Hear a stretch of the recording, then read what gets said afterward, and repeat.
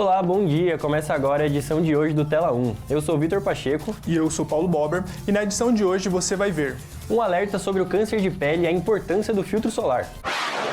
O skincare se popularizou na internet nos últimos anos. Essa rotina de cuidados com a pele utiliza de vários produtos, mas o principal deles, que não pode ficar de fora de jeito nenhum, é o protetor solar. Enem 2024, tudo sobre o primeiro dia de provas no último domingo. 2 homens que estavam desaparecidos em trilha na Serra do Mar são encontrados pelos bombeiros. Ofertas de emprego aumentaram para o período de Natal. É uma boa oportunidade, porque depois há a chance de que a pessoa seja contratada, né? Tudo isso você confere na edição de hoje do Tela 1.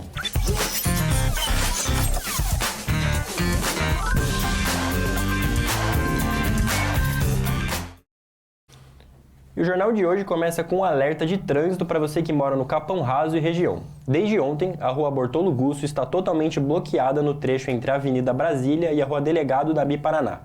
O bloqueio é para a realização de obras de pavimentação do lote 2 do projeto Novo Inter 2. A nossa equipe do Tela 1 montou um mapa para mostrar o bloqueio. Ele terá duração de 45 dias e a Ciantran recomenda 2 opções de desvio, a primeira pelas ruas Clara Poulsim, seguindo para Brasílio Ribas e a Maestro Francisco, e a segunda indo pela rua Pedro Américo, seguindo para Rodolfo Senf Júnior, até a rua Delegado Nabi Paraná. O bloqueio ainda não é mostrado em todos os aplicativos de trânsito, mas fica o alerta aí para você que está saindo de casa na manhã dessa terça-feira. E com o verão se aproximando, o sol e o clima sempre são frutos de entusiasmo, mas também de preocupação. Você confere agora uma reportagem especial sobre o câncer de pele e a importância do uso do protetor solar. O skincare se popularizou na internet nos últimos anos. Essa rotina de cuidados com a pele utiliza de vários produtos, mas o principal deles, que não pode ficar de fora de jeito nenhum, é o protetor solar. Faltando um mês para o início do verão e com o clima quente e seco em Curitiba, os cuidados com a pele não podem ser deixados de lado em dias nublados. Falta do uso diário do protetor solar pode causar, além do envelhecimento precoce, o câncer de pele. É o tipo de câncer mais comum entre os seres humanos e com maior incidência no Brasil, cerca de 175 mil casos por ano. Segundo o Instituto Nacional de Câncer, o Paraná pode registrar mais de 10 mil casos somente neste ano. Em conversa com a médica dermatologista Eveline Bataglin, ela nos conta a importância do uso diário do protetor solar e também as diferenças do câncer tipo melanoma e não melanoma. A grande vantagem é que o protetor solar é algo prático. Hoje a gente tem no mercado 1 milhão de tipos de textura, de cosmética, tem protetor solar sem cor, com cor, então não tem desculpa para a gente não passar, né? O ideal do protetor solar é que a gente use ele pelo menos 3 vezes ao dia. Na literatura é a cada 2 horas, então a gente sabe que é bem difícil da gente conseguir usar a cada 2 horas. Mas se você conseguir usar de manhã e na hora do almoço, você já vai estar com uma grande proteção. Assim, o não melanoma, geralmente ele é o carcinoma basocelular e tem o espinocelular também. Eles são os mais comuns, o basocelular é o mais comum e ele está mais relacionado à exposição contínua ao sol. O melanoma, ele tem uma condição relacionada também à genética e ele está relacionado àqueles torrões. Então, aquelas situações pontuais, digamos, foi para a praia, levou uma queimadura, levou um torrão, você tem uma chance aumentada de desenvolver um melanoma. Em pesquisa, 46,9% das pessoas afirmaram que utilizam o protetor solar todos os dias e 53,2% dizem que nunca passam ou só usam quando vão para a praia. Em resposta, vocês já notaram alguma mancha, marca ou algo diferente na pele que pode ser decorrente da falta de cuidado ao ser exposto ao sol? 65,6% disseram que sim e 34,4% disseram que não. O Ender Rosa nos conta agora como foi descobrir recentemente que tinha um câncer de pele superficial. E no final de semana, fui pra praia e aí, normal, apareciam suas 2, 3 pintas e por assim ficou. Só que teve uma específica que ela começou a crescer mais. E à medida que o tempo foi passando, ela foi ganhando textura. Aí quando ela começou a ganhar textura, que daí eu comecei a ficar com as orelhas em pé, assim. Eu falei, não, isso não tá normal. Só que a minha mãe, ela tem muitas pintas e nessa mesma situação, onde fazem a textura ali, ela já foi contáveis vezes no médico e sempre, não, isso não é nada, isso não é nada. Beleza. Nesse meio tempo, quando eu marquei o médico, ela ressecou e caiu um pedaço dela. E aí eu falei, não, eu acho que isso é um bom sinal. Aí eu fui pesquisar na internet e descobri que não era um bom sinal. No dia da biópsia que eu fui fazer, ele retirou, né? Retirou e tirou bem profundo, assim. E foi uma coisa que ele falou, né? Dei bastante pontos internos porque eu tirei bastante. Porque, como a gente vai mandar para biópsia, depois de 2 semanas eu fui lá ver o resultado. Aí no dia do resultado, foi a primeira vez que ele usou essa palavra e eu entendi o porquê ele fugia dessa palavra. Na hora que ele falou, então, você tinha um câncer, eu fiquei meio sem reação, porque daí eu fiquei em choque, eu fiquei parado, eu perguntei o que a gente vai fazer daqui por diante. Aí ele falou que agora eu tenho que começar a me cuidar mais, porque eu já mostrei que eu sou suscetível a esse tipo de doença. Alguns cuidados que eu não tomava, como o uso de protetor solar, como respeitar o uso do protetor solar, do tempo do protetor solar, que geralmente a gente vai pra praia, passa uma vez e nunca mais. Eu ando bastante de moto, eu tô usando capacete, eu tô usando camisa, tenho que sempre passar esse protetor solar. Ele sempre ressaltou, né? Ainda bem que você já veio direto, ainda bem que você já veio direto. Eu penso hoje aqui que depois que eu fiquei meio em choque, eu fico pensando na sorte que eu tive, porque ficou numa região onde eu conseguia ver. Se fosse num lugar um pouquinho pior, não sei quanto tempo que eu ia ficar com esse negócio crescendo, ele poderia ter se restaurado, poderia ter sido algo mais sério. Em caso de manchas novas surgindo pelo corpo, feridas que não cicatrizam, o recomendado é que procure a unidade de saúde mais próxima da sua residência. É isso, mostra pra gente a importância do uso do filtro solar mesmo em dias nublados, como fazem hoje em Curitiba. Falando em dia nublado, a gente vai agora com a nossa repórter Júlia Amani para nos contar como está a previsão do tempo aqui em Curitiba. Bom dia, Paulo, e a todos que nos acompanham. Na semana passada tivemos bastante sol e um clima ameno, mas desde sábado tivemos chuva sem pausa na capital, que segue ao longo da semana. Hoje temos previsão de chuva fraca, por mais que esteja abrindo o céu. As máximas são de 25 graus e mínima de 18. E amanhã não será muito diferente de hoje, que temos máxima de 24 e mínima de 18, com tempestades, chuvas e trovões. Então prepare seu guarda-chuva que você vai usar ele hoje. De volta com vocês, Paulo e Vitor. Muito obrigado, Júlia. Agora um caso angustiante. 2 homens desapareceram enquanto faziam uma trilha em Campina Grande do Sul. A nossa repórter Manuela Torres traz mais informações sobre o ocorrido. Tudo bem, Manuela? Bom dia, Paulo. Bom dia, Vitor. Os 2 jovens que estavam perdidos em uma trilha na Serra do Mar finalmente foram encontrados pelos bombeiros. Os 2 estavam sendo procurados desde a noite do sábado, o dia 2, e foram encontrados a cerca de 50 metros da última localização que eles teriam enviado para sua família. Segundo os bombeiros, os 2 foram encontrados debilitados, mas bem. Os 2 jovens eram procurados após terem saído de casa com destino ao Morro da Caratuva, mas não retornaram no horário que haviam dito para sua família que retornariam. Além disso, o celular de ambos acabou a bateria e a família não teve mais atualizações de onde os mesmos estavam. Nas buscas foram mobilizados 25 bombeiros, além de 8 outros voluntários, divididos em 8 equipes, que vasculharam pelas regiões da trilha, além de um drone que tinha uma câmera termal. As 2 vítimas estão cansadas, mas bem, foram localizadas por uma equipe do Grupo de Operações de Socorro Tático, que descia ao rio, a 50 metros do último ponto que a gente tinha de localização deles, disse o capitão Eduardo Buzetti para a tribuna. Volto com vocês. Muito obrigado pelas informações, Manu, que bom que eles foram encontrados com vida. No próximo bloco, tudo sobre a primeira prova do Enem que aconteceu no último domingo, e mutirões de emprego para o fim do ano e uma exposição sobre as pessoas negras durante o Holocausto. Voltamos já.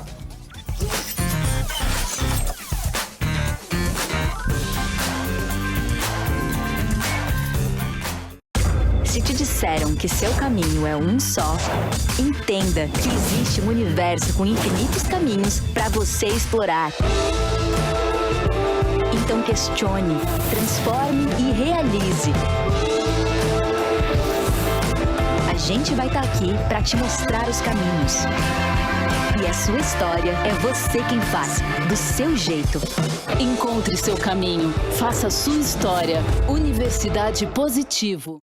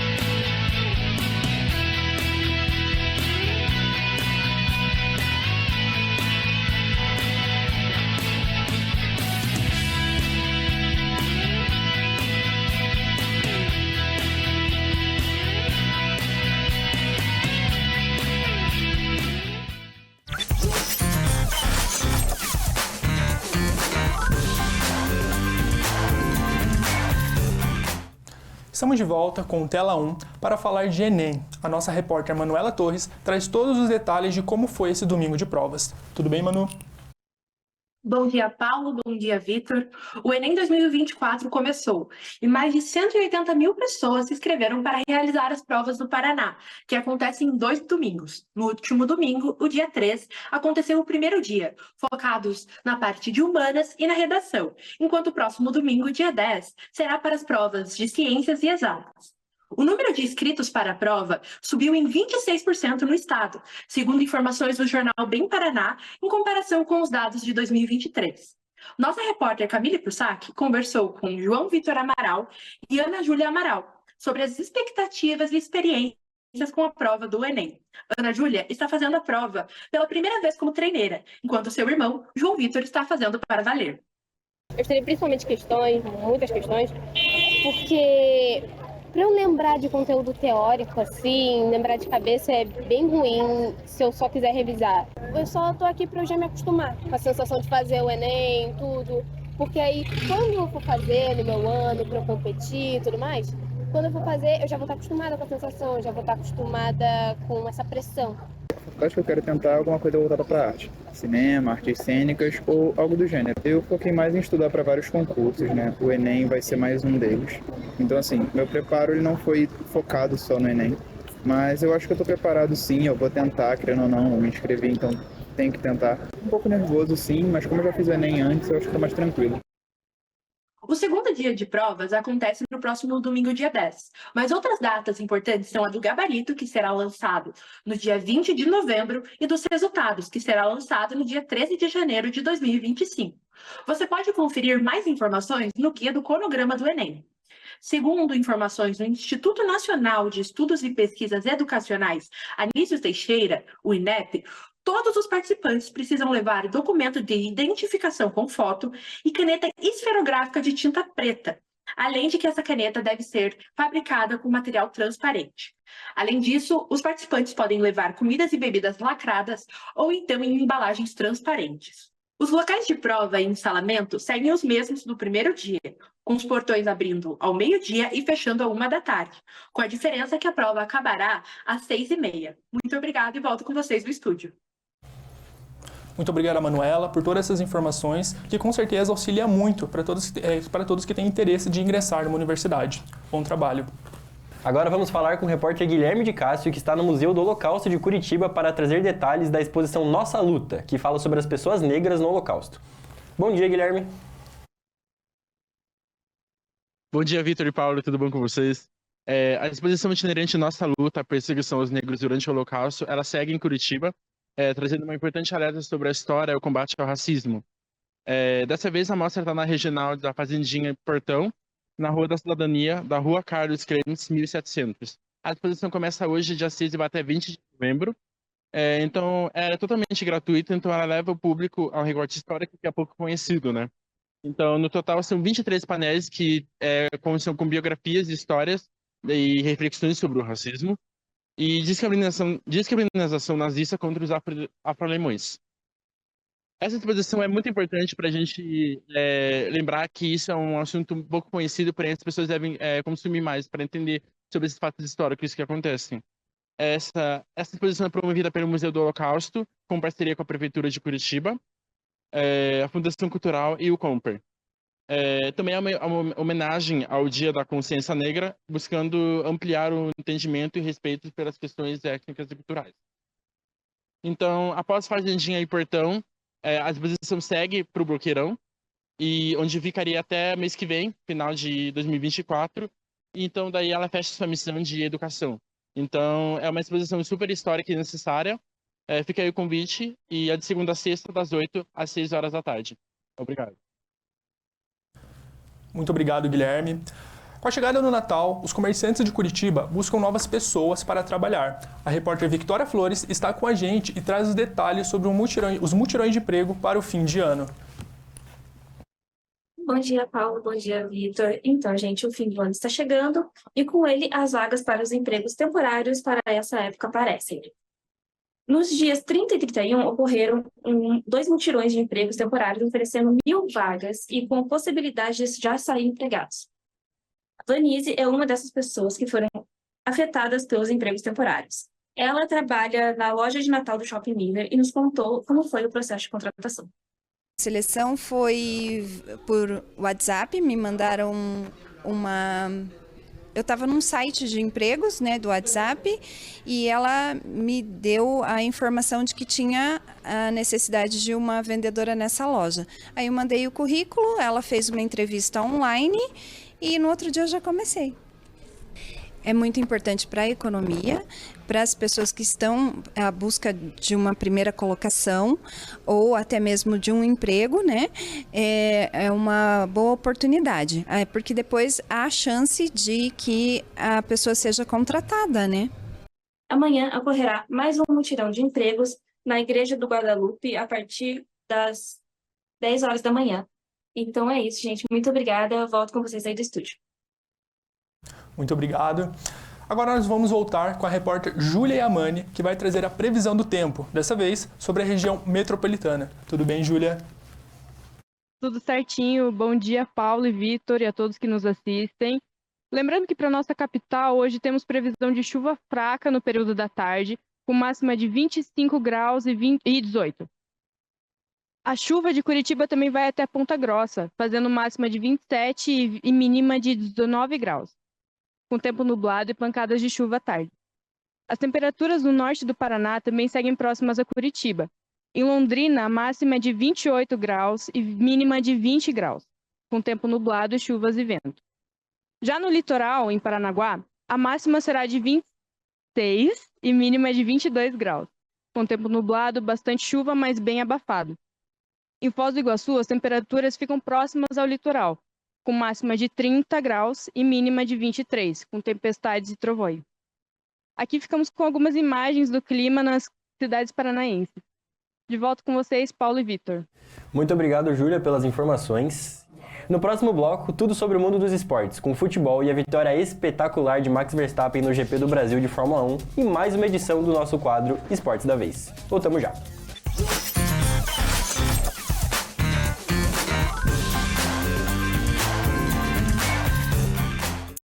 Se te disseram que seu caminho é um só, entenda que existe um universo com infinitos caminhos para você explorar.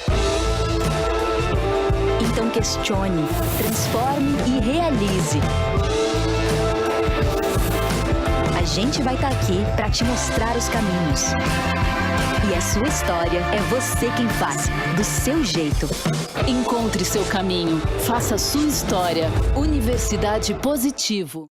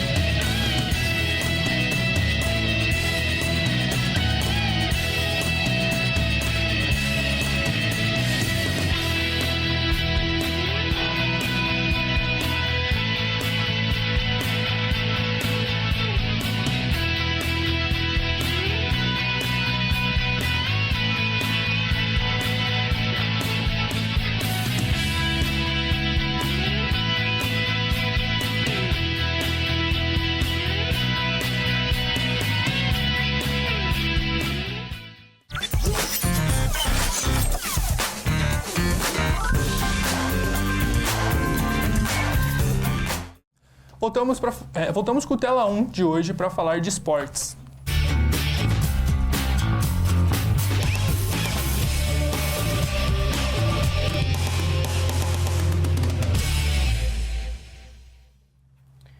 Está conosco aqui no estúdio a repórter Heloísa Domingos, que vai nos atualizar sobre tudo que está rolando no mundo dos esportes. Bom dia, Heloísa. Bom dia, meninos. O Brasileirão chega com tudo para a sua 32ª rodada com os jogos de Bahia e São Paulo na Arena Fonte Nova. O Botafogo enfrenta o Vasco no Engenhão e o Internacional joga contra o Criciúma no Beira-Rio.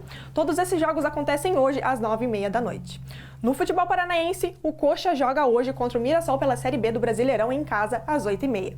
Já o Atlético entra em campo pelo Brasileirão contra o São Paulo apenas no sábado. Outro destaque dos esportes no Brasil aconteceu esse fim de semana com o GP de São Paulo na Fórmula 1. O final de semana foi agitado, não só com a corrida, mas também com uma corrida sprint, que terminou com um pódio dobradinha da McLaren com Lando Norris e Oscar Piastri e Charles Leclerc em terceiro lugar. Devido às fortes chuvas em São Paulo, a qualificação para a corrida que aconteceria no sábado de tarde foi transferida para domingo de manhã por razões de segurança. Porém, a chuva não deu trégua, causando vários acidentes com os carros.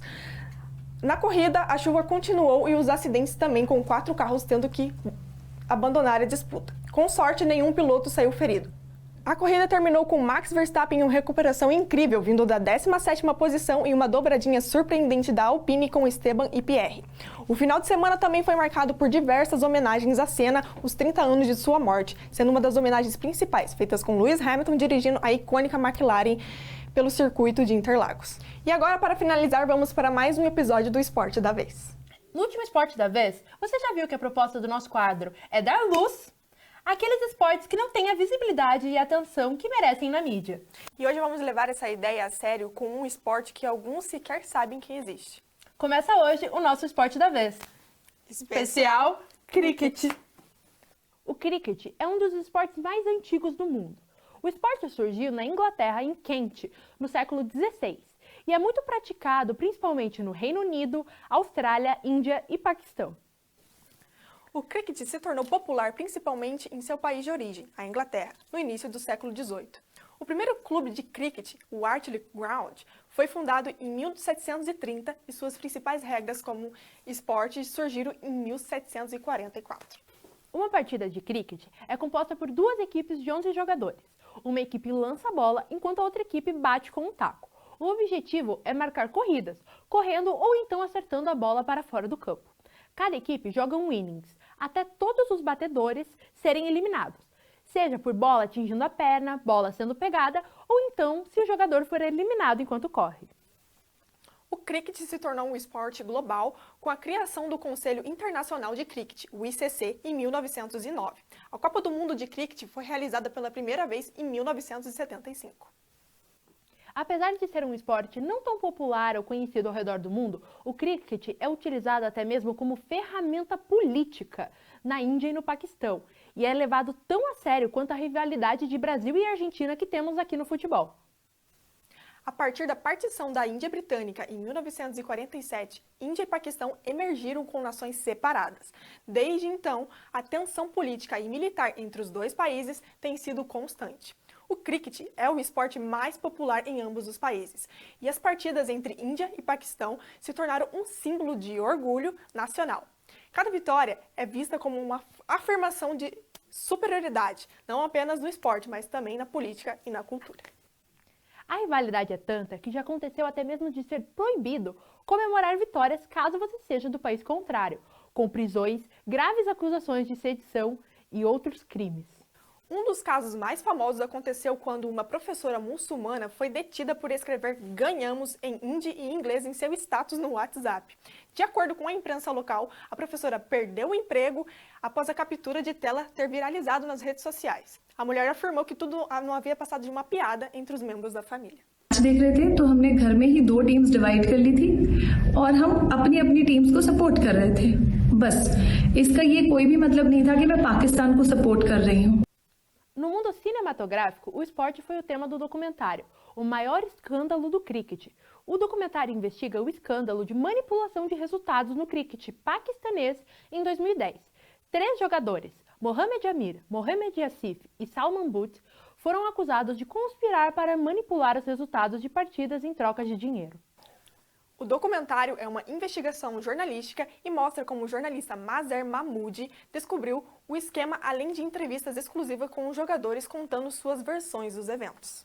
Embora o cricket não seja um esporte extremamente popular no Brasil, tem seus fãs e atletas, sendo introduzido no país no século XIX por imigrantes britânicos e indianos. O primeiro clube de cricket brasileiro foi o Hill Cricket Club, fundado em 1872. A Confederação Brasileira de Cricket, CBC, é o órgão governamental do esporte no país. A CBC é afiliada à Confederação Internacional de Cricket, ICC, e à Federação Pan-Americana de Cricket, com competições como o Campeonato Brasileiro de Cricket, a Copa do Brasil de Cricket e a Liga Sul-Americana de Cricket. Esse foi o nosso quadro de hoje, especial sobre cricket. Esperamos vocês no próximo Esporte da Vez. É realmente muito legal a gente ter a oportunidade de ficar sabendo de esportes que às vezes a gente nem sabe que existem. E fiquem ligados no próximo Esporte da Vez, que vai ser um pouquinho diferente. O Telão de hoje fica por aqui, esperamos você no próximo. Muito obrigado pela companhia e até mais. Tchau!